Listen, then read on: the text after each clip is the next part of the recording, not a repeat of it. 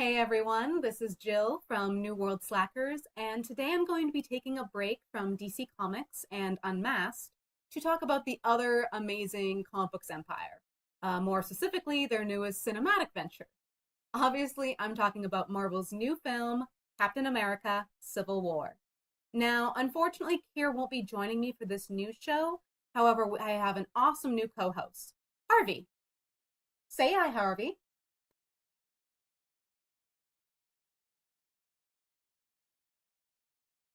Seriously? This is how you want to be introduced to the world? Awesome. Anyway, we're going to be coming to you every other week with new reviews of some of the newest blockbusters, along with the sci-fi, fantasy, and comic book movies of yesteryear. So be sure to come and check us out. So getting back to our topic, Civil War, I know it's only been a week or so since this movie came out, having come out last weekend. And so obviously many of you haven't seen it. So that being the case, we're warning you, this video is chock full of spoilers, and we're going to be talking about more, not just what happens, but our personal take on what we saw. So anyone watching past this point in the video, it's your own fault if you get spoiled. But at the same time, this video will not include a summary of the events. So if you were looking for that, we're sorry to disappoint. Anyway, for those of you still sticking around with us, let's start with Harvey's take on the film. So Harvey, what was your favorite part of the movie? Yes, yes. Black Panther was pretty awesome. Wait, what was that?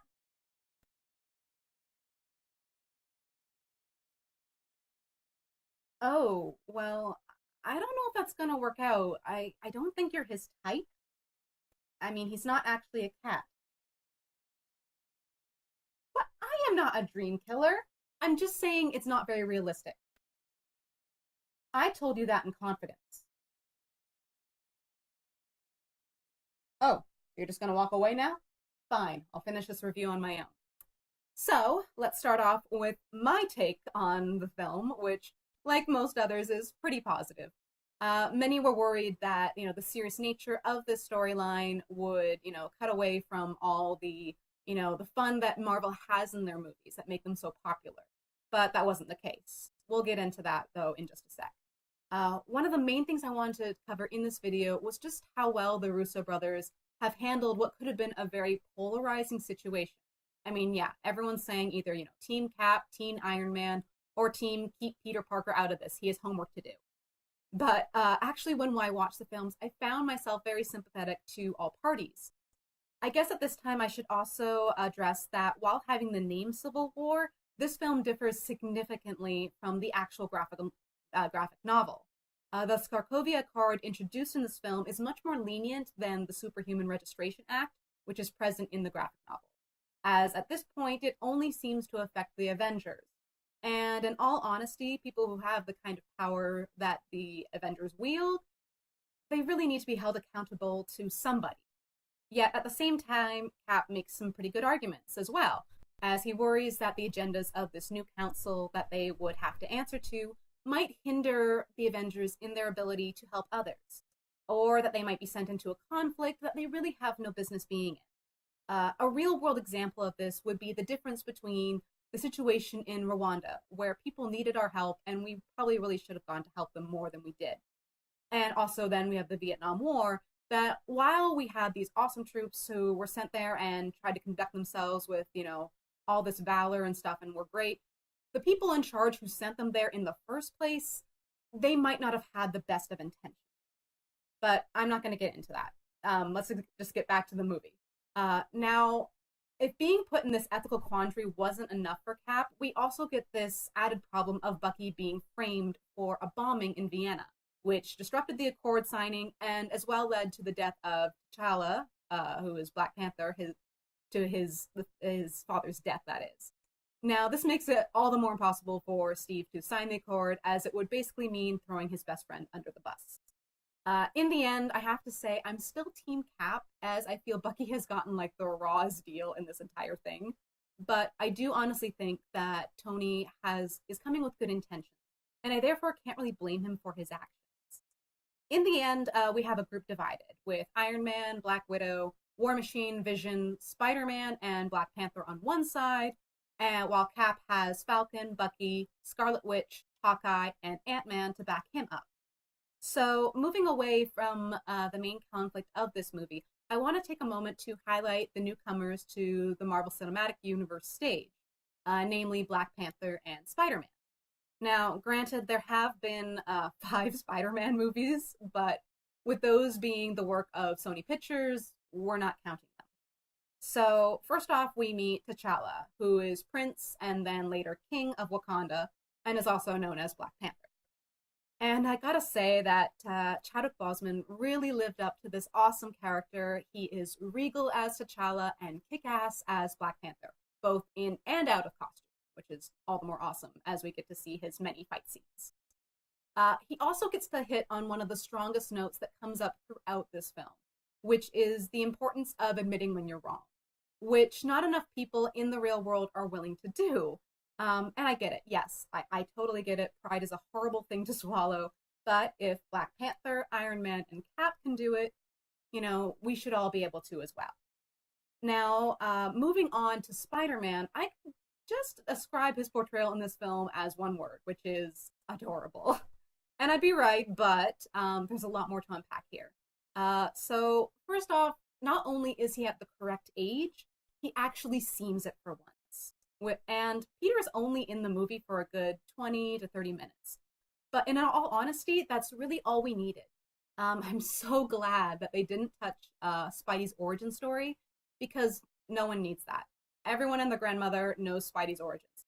Hell, there are children in rural Central Asia who know Spider-Man's origins. Granted, they learned it from the back of a dollar store toy for Batman, but they know it.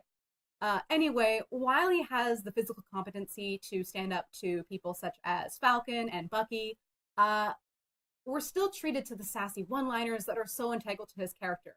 But at the same time, they are delivered with this wide-eyed innocence and enthusiasm that is just so refreshing and delightful.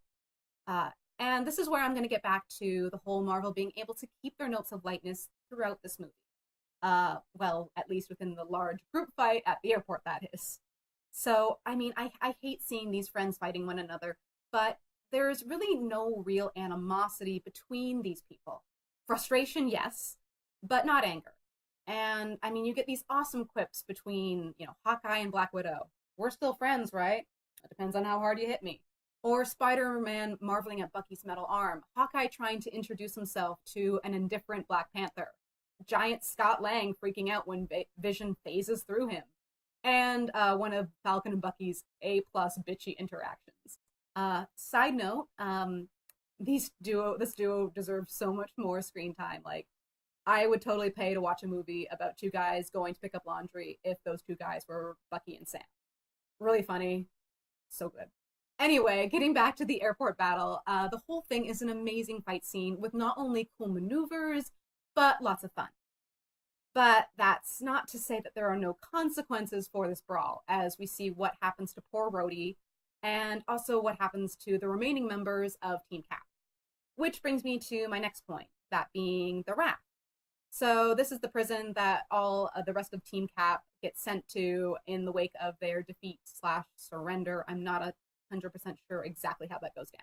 Anyway, for those of you already familiar with Marvel Comics, you guys know that this prison is, a staple in the Marvel universe, and has often held such, superpowered criminals as Doctor Doom and Carnage, among others.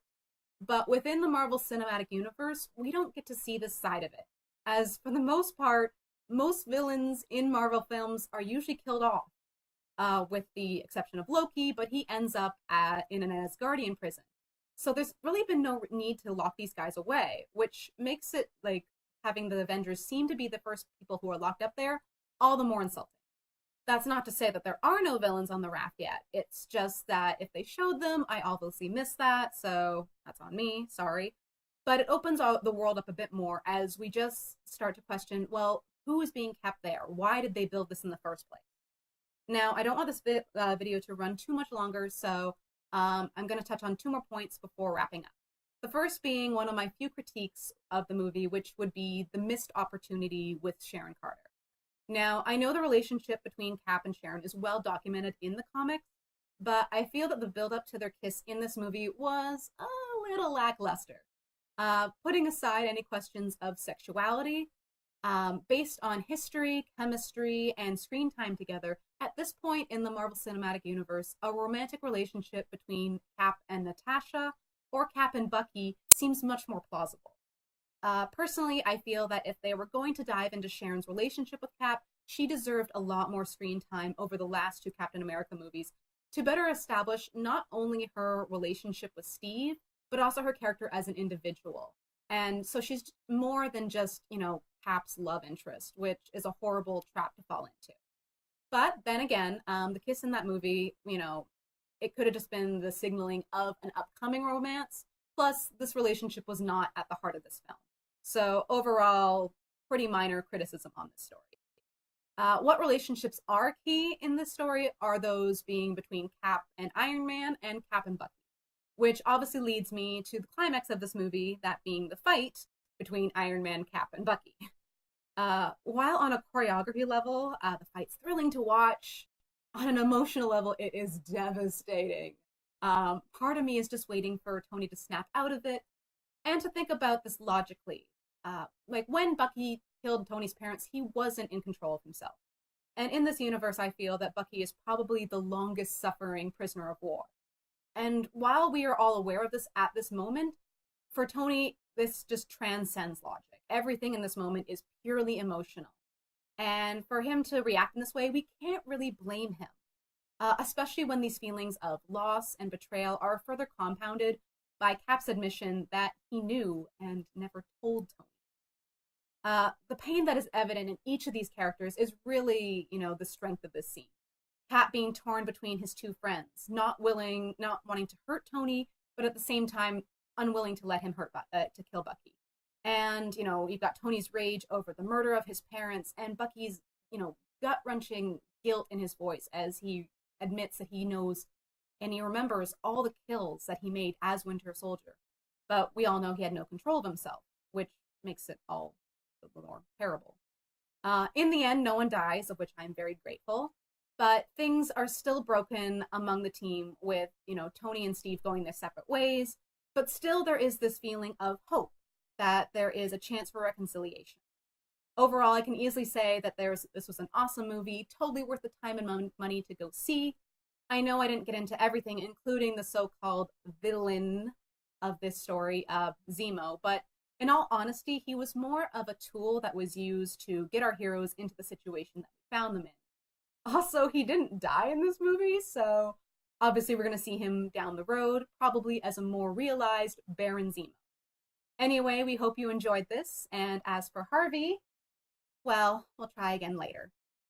Anyway, remember to like and subscribe to New World Slackers for this show, our lore shows Unmasked, and A Cup of Ice and Fire, as well as much more to come. Once again, thanks for watching, and we'll see you later. Ciao!